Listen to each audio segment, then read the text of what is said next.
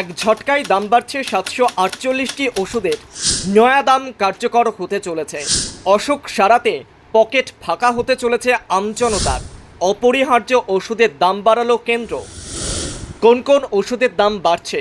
রক্তচাপ, sugar, gas, জ্বর, বমি, রক্ত পাতলা করার ওষুধ, হাঁপানি, সিজোফ্রেনিয়া সহ মানসিক অসুখ, এইডসের ওষুধ, সর্পাঘাতের ওষুধ, মরফিনের মতো ক্যান্সার রোগীদের ব্যথানাশক ওষুধ, অসংখ্য অপরিহার্য স্টেরয়েড এবং রোগীর জরুরি অ্যান্টিবায়োটিক সহ একাধিক ওষুধের দাম বাড়ছে এক ঝটকায় 1.74%। নজর রাখা যাক তালিকার দিকে। কোন কোন ওষুধের দাম বাড়ছে? ডোপাপোজ M10 সুগারের ট্যাবলেট 130 থেকে বেড়ে হবে 145 টাকা। প্যারাসিটামল 10 পাতা ট্যাবলেট 22 থেকে বেড়ে হবে 39 টাকা। অ্যাজিথ্রোমাইসিন 5টি ট্যাবলেটের পাতা এখন দাম 131.9 বেড়ে দাঁড়াবে 149 টাকা। অ্যালার্জির ট্যাবলেট লিভোসেট্রিজিন 15 পাতার ট্যাবলেট 33 টাকা, এখন 51 টাকা। ডায়াবেটিস মেটফরমিন ট্যাবলেট 20টি ট্যাবলেটের পাতা আগে যেখানে দাম ছিল 41 টাকা বেড়ে হচ্ছে 58 টাকা। চিকেন পক্সের ওষুধ এক্লোভির 10 পাতার ট্যাবলেট 138 টাকা, এখন সেটা হবে 150 টাকা। হাইড্রোক্সিক্লোরোকুইন ট্যাবলেট এর 15 পাতার ট্যাবলেটের দাম 106 টাকা বেড়ে হলো 120 টাকা। বিভিন্ন গ্রুপের পেইন কিলারের ট্যাবলেট এর দাম ট্যাবলেট প্রতি দাম বাড়ছে 1 টাকা 74 পয়সা। এই দাম বৃদ্ধির ফলে কতটা সাধারণ মানুষের ওপর প্রভাব পড়ে এখন সেটাই দেখার বিষয়। একটা গাছ কাটলে জরিমানা 1 লক্ষ টাকা। বেনজির রায় শীর্ষ আদালতের। গাছ কাটা গুরুতর অপরাধ, এমনটাই জানালো শীর্ষ আদালত। উষ্ণায়ন বাড়ন্ত, বদলে যাচ্ছে জলবায়ু, তবু হুঁশ নেই মানুষের। এমন দিনে বনাঞ্চল ধ্বংসের মামলায় সুপ্রিম কোর্টের পর্যবেক্ষণ। বিপুল গাছ কেটে ফেলা বড় অপরাধ। নির্বিচারে বনাঞ্চল ধ্বংস মানব সভ্যতাকে ধ্বংসের মুখে ঠেলে দিচ্ছে। এই অবস্থায় গাছ পিছু 1 লক্ষ টাকা জরিমানা করল সর্বোচ্চ আদালত। না, কোনো রকম সাধারণ এলাকা নয়। বর্তমান যে মামলা, সেই মামলায় সংরক্ষিত এলাকার প্রায় 450 গাছ কেটে ফেলার অভিযোগ রয়েছে। অভিযোগ, আগ্রার তাজমহলের কাছে প্রায় 10,500 স্কোয়ার কিমি অঞ্চল জুড়ে যে বনাঞ্চল রয়েছে, সেই অঞ্চলের সবুজ নির্বিচারে ধ্বংস করা হয়েছে। তাজমহলকে দূষণ থেকে রক্ষা করত এখানকার সবুজ, আর সম্প্রতি নির্বিচারে এখানকার 454টি গাছ কেটে ফেলেছেন এক ব্যক্তি, যার নাম শিবশঙ্কর আগরওয়াল। তার বিরুদ্ধে মামলার শুনানি ছিল বিচারপতি অভয় এস ওকা ও বিচারপতি উজ্জ্বল ভূঁইয়ার ডিভিশন বেঞ্চে। সেই মামলায় সুপ্রিম কোর্টের পর্যবেক্ষণ, 454টি গাছ কেটে ফেলার ফলে পরিবেশের যা ক্ষতি হলো তা পুনরুদ্ধার করতে অন্তত 100 বছর লেগে যাবে। অথচ সেই গাছগুলি কাটার জন্য কারো অনুমতি তোয়াক্কাই করলেন না অভিযুক্ত ওই ব্যক্তি। তাই সেই ব্যক্তিকে এক একটি গাছ পিছু 1 লক্ষ টাকা করে জরিমানা দিতে হবে। অভিযুক্তের আইনজীবী মক্কেলের দোষ স্বীকার করে নিয়েছেন, আবেদন করেছেন জরিমানার অঙ্ক অত্যাধিক বেশি, তা কমানো হোক। যদিও সেই আবেদন খারিজ করে দিয়েছে সুপ্রিম কোর্ট। উল্লেখ্য, সুপ্রিম কোর্ট 2019 সালে নির্দেশ দিয়েছিল তাজমহলকে দূষণ থেকে বাঁচাতে তাজ ট্রাপিজিয়াম জোন গঠন করার জন্য, আর সেই জায়গায় গাছ কাটার জন্য সংশ্লিষ্ট কর্তৃপক্ষের অনুমতি নিতে হয়, যা এক্ষেত্রে মান্যতা দেওয়া হয়নি। তাই সুপ্রিম কোর্ট জানায়, পরিবেশের যে ক্ষতি হলো তা পুনরুদ্ধার করতে 100 বছর সময় লেগে যাবে।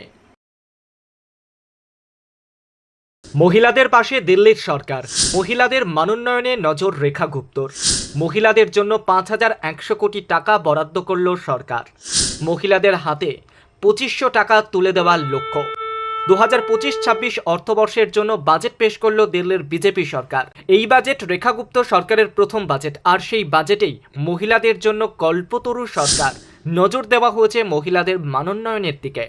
ভোটের আগেই বিজেপি প্রতিশ্রুতি দিয়েছিল যে ক্ষমতায় এলে পশ্চিমবঙ্গের লক্ষ্মীর ভাণ্ডার প্রকল্পের ধাঁচে মহিলাদের প্রতি মাসে আর্থিক অনুদান তুলে দেওয়া হবে। পদ্ম শিবিরের তরফে প্রতি মাসে উপভোক্তাদের হাতে 2500 টাকা তুলে দেওয়ার কথা বলা হয়। এই প্রকল্পের জন্য বাজেটে 5,100 কোটি টাকা বরাদ্দ করা হলো। দিল্লিতে এই প্রকল্পের নাম মহিলা সমৃদ্ধি যোজনা। আসলে মহিলারাই সমাজকে এগিয়ে নিয়ে যাওয়ার কাজ করে। তাই তাদের দিকটা সে কারণে ভাবছে সরকার। বাজেট পেশ করেন দিল্লির মুখ্যমন্ত্রী তথা অর্থমন্ত্রী রেখা গুপ্ত।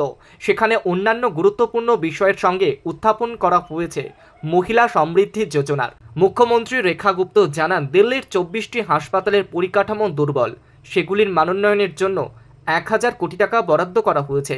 এছাড়াও গরিবদের খাদ্য সুরক্ষা নিশ্চিত করতে দিল্লির নানা প্রান্তে 100টি অটল ক্যান্টিন তৈরির কথা ভাবছে সরকার। শুধু তাই নয়, মহিলাদের হাতে নগদ তুলে দেওয়ার পাশাপাশি তাদের সুরক্ষার দিকটাও নিশ্চিত করতে চাইছে সরকার।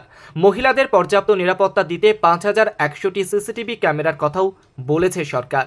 বাজেট পেশের পর দিল্লির মুখ্যমন্ত্রী রেখা গুপ্ত তিনি শীষমহল বানিয়েছিলেন কেজরিওয়াল, এমনভাবেই কটাক্ষ করেন। পাশাপাশি তিনি এও বলেন, আমরা গরিব মানুষের জন্য বাড়ি তৈরি করে দেব।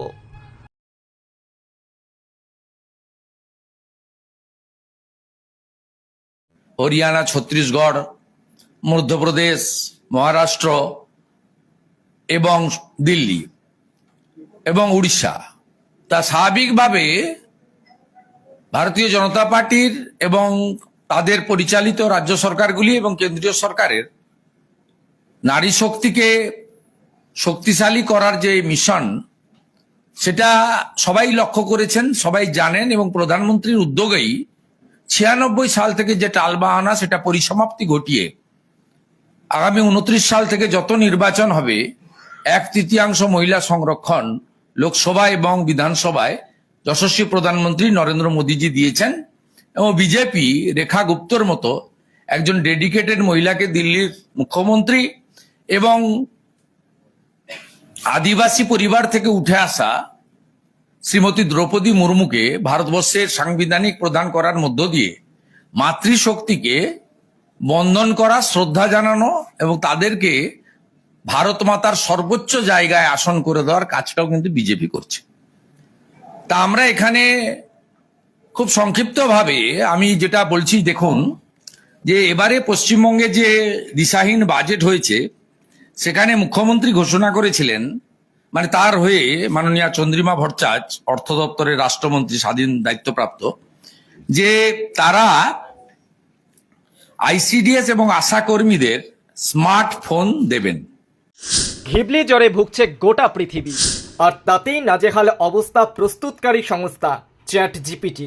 কাজের চাপ এত বেড়ে গিয়েছে যে কর্মীরা রাত্রে ঘুমাতেও পারছেন না ঠিক মতো। তারা রীতিমতো অনুরোধ করে জানাচ্ছেন, পাগলামি এবার বন্ধ করুন, আমাদেরকে বিশ্রাম নিতে দিন। ঘিবলির জনপ্রিয়তায় নাজেহাল স্যাম অল্টম্যান। সোশ্যাল মিডিয়া খুললেই দেখা যাচ্ছে কার্টুন স্টাইলে মজার মজার সমস্ত ছবি। তারকা থেকে আমজনতা, নিজেকে কার্টুন চরিত্র দেখার লোভ সামলাতে পারছেন না কেউই। পৃথিবী জুড়ে ঘিবলি স্টাইলের এই জনপ্রিয়তায় নাজেহাল অবস্থায় রয়েছে প্রস্তুতকারী সংস্থা চ্যাট জিপিটি। কাজের চাপ এমনই হয়েছে যে বিশ্রাম নিতে পারছে না সংস্থার কর্মীরা। তারা ভাবছে, কেন তৈরি করলেন এই ঘিবলি আর্ট, যার ফলে সংস্থার কর্মীরা ঘুমাতেই পারছেন না। গুরুতর অবস্থায় সোশ্যাল মিডিয়ায় বার্তা দিলেন সংস্থার প্রধান অল্টম্যান। অল্প কিছুদিনের মধ্যে পৃথিবীব্যাপী ঘিবলির বিপুল জনপ্রিয়তার জেরে সংস্থার সার্ভারে বিরাট চাপ পড়েছে। চ্যাট জিপিটি সিইও অল্টম্যান জানিয়েছেন, চ্যাট জিপিটির ইমেজ জেনারেটরের বিপুল চাহিদার কারণে ওপেন এআই এর জিপিইউগুলি গলে যাচ্ছে। আর এই অবস্থায় তৈরি সীমা নির্ধারণ করার বিষয়ে চিন্তাভাবনা শুরু করেছি আমরা। কোটি কোটি মানুষ এই ছবি বানানোর নেশায় বুঁদ হয়ে রয়েছে, আর তাতেই ইন্টারনেট স্লো হয়ে গিয়েছে, সংস্থার বসে গিয়েছে সার্ভার। আর সে কারণেই স্যাম অল্টম্যান লিখছেন, ছবি তৈরির সময় একটু ধৈর্য ধরুন, যা চলছে এটা পাগলামি, আমাদের টিমের ঘুম দরকার।